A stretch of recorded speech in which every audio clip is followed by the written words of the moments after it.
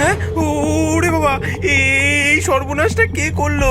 ধলির সঙ্গে তার আরেকটি সঙ্গী ছিল, সেটাই বুঝি আজ শেষ হয়ে গেল।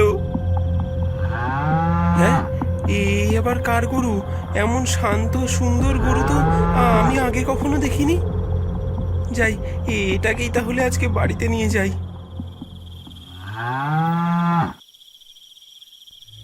ও মা, এ কোথায় পেলি? ধলের সঙ্গী লালি সে গেল কোথায়? মা, আমি তো তাকে অনেক খুঁজলাম মাঠে, কিন্তু ধলি তো ছিল, কিন্তু লালিকে কোথাও খুঁজে পেলাম না। তখন দেখি এই গাভীটা ঘুরে বেড়াচ্ছে। এমন শান্ত গরু আমি আগে কখনো দেখিনি মা। হ্যাঁ, শান্ত তো বটেই।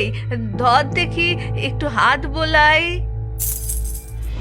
ওরে, এ যে কোনো সাধারণ গরু না, সোনার মোহর বেরোচ্ছে যে। মা, এ যে দেখছি ঈশ্বরের আশীর্বাদ, এখন আমরা ধনী হয়ে যাব মা। তাহলে একে মুটে মুটে খাওয়াবো। এ যত খাবে ততই সোনা বেরোবে। কিরে, ভুসি দেখেও খাচ্ছিস না?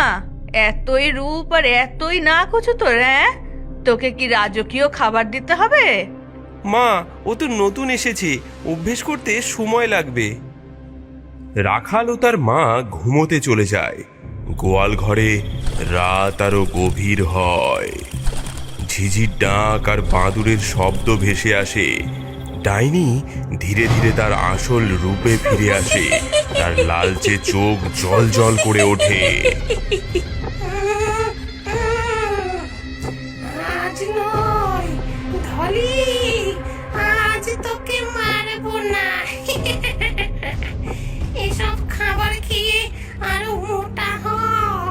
ঠিক 3 দিন পর জব্বর খিদে পেলে তোকে শেষ করবো।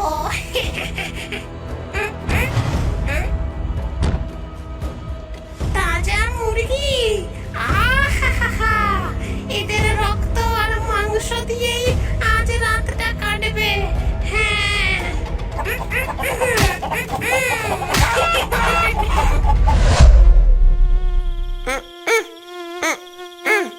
ইস, কি মশার উৎপাত রে বাবা! দাঁড়া, এক্ষুনি ধোয়া দিয়ে তোদের শিক্ষা দিচ্ছি। কর্কটলাল নারকেলের ছোবড়ায় আগুন ধরিয়ে খাঁচার সামনে ছুড়ে দেয়। ধোঁয়ায় চারপাশ ঘোলাটে হয়ে যায়। ডাইনি হঠাৎই হেঁচে কাশি দিতে থাকে।